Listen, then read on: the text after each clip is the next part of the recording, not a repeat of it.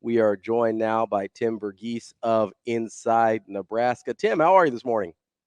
Not too bad, not too bad. Can y'all hear me okay? Yeah, you're good. Hey, no pressure either, man. It's like, I heard you with Schmitty, and I'm like, okay. I ran over to meet you this spring because you're good buddies with Steve, and I think Steve does a fantastic job. So I read a lot of your stuff, and I told our listeners, I'm like, you know what? A lot of guys, a lot of guys have started with us. I think he's pretty good. So no pressure though. Like, but I do so far. Let me tell you what my favorite thing has been since you've been with the guys over at Inside Nebraska is I love the fact like you're thorough. You go to places so you actually see, and you don't always give like these flowery, hey, this is what I think people want to hear. Like I can tell there's a certain amount of honesty and authenticity, man. So right off the bat, I just want to say I can appreciate that. Thank you, thank you. It means a lot. I've tried to carry that over my work. I think, in this field, this is a weird niche area of journalism. I think, some people cross lines here. I try to stay, as kind of relatively ethical as possible, but also at the same time as authentic as possible, and make sure I'm doing right by the players. I got into this business because I enjoy these relationships I'm able to build. I help these guys with their recruitments too, from a younger age too. Kind of Yes. helping them, navigate this process, figure out, what they're really looking for. Um, and for guys, not even guys that aren't on Nebraska's radar, try and help them get some looks. So I'm always trying to do right by the kid at the end of the day. Mm. Tim, that's See, it's see, it's a tough spot, right? Because and we find ourselves in that. We talk a lot of high school, not just recruiting, but high school football and sports as well. And it's kind of a tough line to walk, right? Because you want to be authentic and you want to be genuine, but at the same time, you kind of don't want to crush a kid too if he kind of has if he has a bad night or maybe somebody commits to Nebraska and you don't love his tape and you go, like, how do you navigate that? Because that's something that DB and I deal with all the time. And, I'm just looking for pointers, honestly. shoot, me too. um, I'm at it. Yeah, I think it's a healthy, not even constructive criticism, but like I think you can read if you read like my analysis pieces when Nebraska gets a commit. I'll put in there. All right, here's the things he does well, but here's the things he could work on, and I make sure it's just like a thing he can work on, a thing that can improve. Even if there's like a real red flag or a real issue there, like there's some takes Nebraska's had over the last two cycles that have been like, are we sure? But I'm always going to be like, hey, here's at some point you got to trust the staff. They've done a good job developing. They have a track record of developing, and so I make sure to let that be known as well. And when you go make a live eval, you see a player, and you're like, oh, this wasn't great. This was not a this was a bad rep, or this is just a bad day for him. I'm not going to overly comment and try and put a kid down ever. I'll make an honest comment of just like, hey, it wasn't his best day, but those days happen. I think everyone's human. People kind of understand that. So one of the general thoughts that I'll let you speak to is with the latest 20 some odd offers from this camping season going all the way back to Texas to Friday Night Lights and to Coach Rules camps to even the guys that have committed from OVs. We keep hearing this F word of family, and they made it feel like family. And not to understate it, but do you get a sense when you talk to these guys some of the specifics of what that family thing is or what they feel when they use that general term? Malcolm last night, I got hopped on the phone with Malcolm Simpson once he got back in Houston, right before he committed, and we kind of touched on that and kind of asked him to explain what he meant by it and kind of give me some good insight. Essentially, and he basically said, as soon as he got on campus, he kind of it was just a warm atmosphere, and you guys know, you've been around this coaching staff, they're very welcoming to everybody. They treat everyone relatively equally. They treat everyone well. The staff that goes above and beyond kind of to make sure everyone gets fair and equal treatment on campus. Everyone feels like a priority. So it's that aspect of it is been big, but also like Vincent Carroll Jackson told Malcolm, hey, Malcolm, this is how it is all the time. Like, this is how they are all the time. There's no two-facedness here. There's no, you're not going to come on campus and then all of a sudden, it's not what they made it seem out to be. It's exactly what they've told you this entire time, and it's going to stay that way the entire time they're here. So I think that genuine authenticity, the fact that you get on campus and everyone embraces you. I was an intern for 247 when the Frost staff was here, and I remember hearing, hey, the offensive line room is really close, or the cornerback room is really close. But here, everyone I've talked to is like, hey, the team is close. Like the team is a family. It's the entire team. Of a distinction. And it's like, so it's not just these position groups that, individual, like, to his credit, like Travis Fisher built an incredible culture in that DB room. But now it's like, hey, that culture is permeated throughout the entire roster where everyone understands each other. Everyone gets along. We've been at these camps these last 2 weeks, and you see just the way these players that are volunteering to help run these camps, how they're interacting with each other. They're bouncing around to different stations, having fun with the other guys. And it's just like, cornerbacks and offensive tackles don't have a lot in common. What are they doing interacting? But here they are, dapping each other up, like laughing and in a big circle. That's been really cool to see. Tim, you're going to be a star.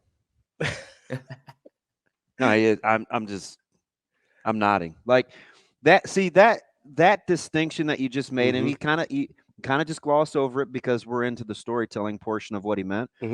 But the difference is, I remember Sean Padden said something to me a couple months ago, Tim. He said, I was just talking to him kind of off topic, and we were talking about Coach Raiola and how his pre-practice is like most people's practice, and we just were lamenting about Coach Raiola. And he said, the camaraderie and the chemistry that he has in his room is undeniable. So what we want our guys to do is you either trying to replicate that or ask the questions on how they're so tight-knit, moving as a unit as we've ever seen. That's one of the first things that the staff noticed when he was retained, was how almost to a man in that position room, the offensive linemen were like this one singular unit. And that was something that they wanted to be a part of what their whole culture was. So to hear you say that, because you're dead on about Fish too, right? That's how he recruited. It was very specific, but it wasn't everybody. It was just kind of this group and that group. For a guy that was just interning back then, that is 2,000% spot on. And it's something that the new staff recognized right away when they got here. So, Tim, let me ask you something here, because we kind of get into this philosophy of what can Nebraska use as a distinguishing factor in this player movement era and things like that. And is it, you mentioned kind of Vincent Carroll talking about how it's the same here or same on visit as it is all the time. Like, is that something that you view that can be a distinguishing factor in why guys don't want to leave, why we haven't seen a ton of attrition from Nebraska's roster, where it's like, oh no, we knew exactly what we were signing up for and that's what we got? Yeah. Especially in this current era of, NIL, player movement, all of this. I think being authentic and being genuine goes a really, really long way. Because again, I've moved around at this point. I've covered Michigan, I've covered Texas A&M, I've now covered Nebraska. And it's like, I remember, like covering A&M under when Jimbo Fisher was there, and just some of the stuff I was hearing on, kind of what it was like during the recruiting process versus what it was when they got on campus. And that's not just an A&M thing. That wasn't just a Jimbo Fisher thing. That happens at other programs. It's guys that are treated a certain way during the recruiting process, and they get on campus and, maybe they don't pan out or don't pan out the way they want, the staff wants. They don't show up, the right weight. They don't show up, they show up out of shape. And then the staff just kind of kicks them to the curb. They don't get any attention, 6 months later in the transfer portal. With Nebraska, you saw like the spring, everyone's getting reps. Everyone's getting the same amount of reps. Everyone's getting developed. They're trying to make sure that everyone's getting developed. So even guys that are like, lower on the depth chart, they're getting valuable reps, and they understand that, regardless of what happens, whether they see the field or not in Nebraska, and down the line, if they want to transfer somewhere else to play, they've gotten those reps at Nebraska. Even if it's not on the field, they've gotten those reps that will help them down the line. One of the other things of the many accolades that I was giving earlier that kind of drew me to your writing was your kind of your eval and your thoughts on a guy that's ridiculously close to me and Christian Jones. Um, he's been describing this whole recruiting process as he's going to go by feel, right? He's a patient soul, and you should be around him every day. He's even more interesting. He's kind of a football savant. But having said that, he's very, very thoughtful. When you look at his recruitment in comparison or in addition to, I mean, it could be the same because they're talked about in the same vein. When you for our listeners, compare kind of Merritt and Jones, not necessarily compare like the personalities, but why Nebraska could love those guys on their roster outside of just being highly rated guys. Yeah. So Dawson, he's relatively, and this might come as a bit of Very a surprise to distinct people. styles, right, in terms of how they're embracing Yes. recruiting. Oh yeah, two very different styles and how Christian at this point is he's done this for a long time. He's kind of nonchalant about, not even nonchalant, but he's very thoughtful, like you're saying, like That's a good like word. yeah. But like, I went out to West Side and one of the scrimmages, and I was talking to him just about it. He's like, yeah, I'm just kind of going off field. I'm kind of just trying to find what feels like home right now. So he's going off of a field versus Dawson is going off of relationships. And these are two guys that, from truly just looking at their recruitment, have had completely different processes. Christian's been recruited, been a name on the radar since he was like a freshman, like he's been on the radar for some time. We've got pictures in our Rivals database of him talking to Scott Frost at midfield. He's been around for a while. He's been on Nebraska's radar for a while. And on the other side of that, Dawson didn't really even like pop on anyone's radar until his junior year, like this past fall. We kind of had a breakout year, kind of started to collect some offers at the start of the year. Nebraska kind of popped in there in the fall. And then things really took off for him after the season. And so he's kind of navigating this completely different, but he's got a good, David Merritt, the Kansas City Chiefs defensive backs coach, is his father. He's got him in his year, kind of helping him navigate this process, helping him navigate, hey, what are we looking for in this process? And so he's looking for that combination of development. He's looking for that combination of relationships. And so the way I put it to our board and our readers in the past has been, in this Nebraska-Alabama battle, his best individual relationship is at Alabama. He's got a really good relationship with their linebackers coach.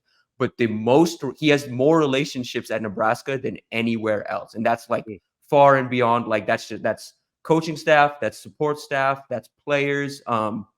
We've touched on this, like Dylan Raiola and his family and Merritt and his family have been in touch. They've been really, really, really, really close and gotten really close over these past few months. And that's been big. And that's helped Nebraska a lot maintain that momentum they've had in this recruitment, even with Bama pushing as hard as they have. We're talking with Tim Verghese from Inside Nebraska. Tim, there's and we don't have to just stick with Dawson and Christian on this, but I'm sure you've seen a lot of different guys handle recruiting in different ways. And DB and I were talking earlier before you came on about, kind of maybe some red flags that we see when we're like, we don't totally like, maybe a kid just likes being recruited a lot, or, do you ever see those when you're kind of evaluating a guy where you're like, man, there are young guys who try and give him some grace, but you're kind of like, man, I don't know about how he's handling this process, or it's just like, it maybe seems like he just likes the attention more than he actually likes the game. Like, you ever see that or anything that like pops up? Oh as red yeah. flags to you? Oh yeah. I cut my teeth in this industry in Texas. I've been around some interesting cats. I've and I'll say this though, a lot of times it's not the kid, it's the parent. And it's a parent or two that's really got there's a recruit down in Texas. I think he signed last cycle. Not gonna name names, but his parents kind of took him to like 15, 20, 30 different schools over the course of his recruitment. It's just like, that's just way too many. Like, you have to navigate, like, it's a waste of everyone's time. Like, there's no reason as a 4-star recruit, you should be this late in your process. You should be going out to schools like, Syracuse, when like Michigan and Bama and those type of programs are pushing for you. Like, why are you making a random trip out to New York and then driving from New York City out to Syracuse. Like, I don't understand that.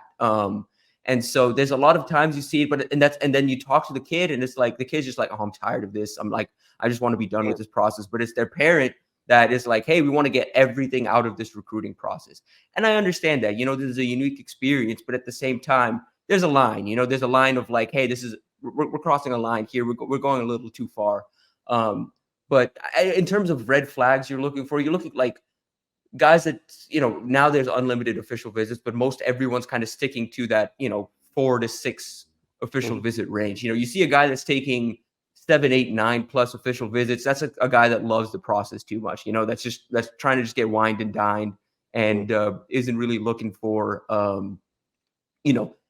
it just has too many options on the table. It's hard to count on that guy. That guy's making 8, 9 official visits now. That guy's probably going to be in the portal in a year or two if he doesn't see the field immediately, So you're looking at that. And then just in terms of red flags and how they're handling the recruiting process, what they're looking for. You talk to a guy and you're like, hey, what stood out about Nebraska? And they're just like, oh, yeah, really like the facilities, really like the environment, really like the area, but then they don't say anything about the coaching staff or the development. They're not really talking about, what the opportunities to play with, how they fit on the field, what their role would look like. I've talked to guys, and I get it. It's the NIL era. Get your bag, do what you got to do. But I've talked to guys straight up that are just like, hey, it's about who offers the most money, and for that, those kind of guys, it's like, I get it. On one hand, I get it. This is a player empowerment era. Get your money. You never know what's going to happen. Ideally, you want to make it to the NFL, but there's no guarantee there. So sure, yeah, get your money. And if it's truly like all things are equal, you're down to a top 5 of some of the top programs in the country, and at that point, it's just a bidding war.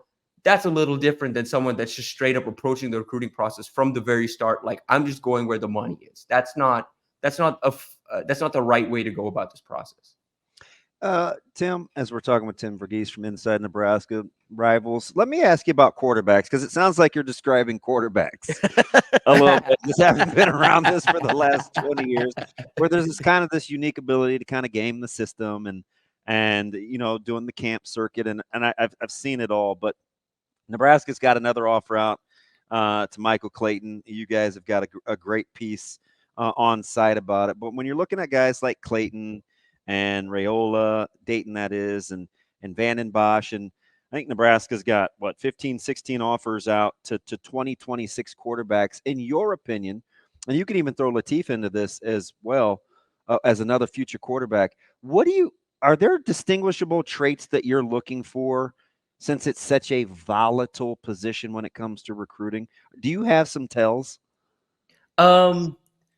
Yeah. For me personally, I'm big on like the thing that sold me on Latif was, this guy has got a capable arm, but he's not going to blow you out of the water with his arm strength, but you watch him play, you watch him throw, he's completely in control. Like, I like that element of it. He's completely in control of the offense he currently runs. He's consistently accurate. He's got good touch. He's got good poise. I look for that. I look for guys that can like accuracy. You can't teach that. You can. Josh Allen's the only person I've seen suddenly get accurate. It doesn't happen very often. Josh Allen's the one person that, just by fixing his footwork and making some mechanical tweaks at the NFL level, got accurate when he just wasn't accurate his entire career. But that's something you can't really teach. You look for poise, you look for touch, and then I guess an intangible that I kind of touched on when Latif committed. Guys are drawn to him. Guys are drawn to that QB1. I like that starting quarterback, that guy that can command a locker room, that is enjoyable to be around. Dylan has that. Dylan's just in his own right. A polarizing prospect. Because of people are drawn to him because he's Dylan Raiola, but also he's got that personality. Guys want to be around him. Guys enjoy hanging around him. Guys enjoy talking football, throwing the football with him. Latif's the exact same way. When I was talking to people on the West Coast that have covered him, they're like, hey, with Latif in the boat, like, he's going to be a peer recruiter. Even though he doesn't know what his role at Nebraska is going to be, he's going to be a peer recruiter because he's naturally just draws other people in. Others are drawn to him. And I think Nebraska's looking for that as well. You look at the guys they're talking to in 2026, like you said, they cast a very wide net. And someone asked me about that literally on Twitter yesterday.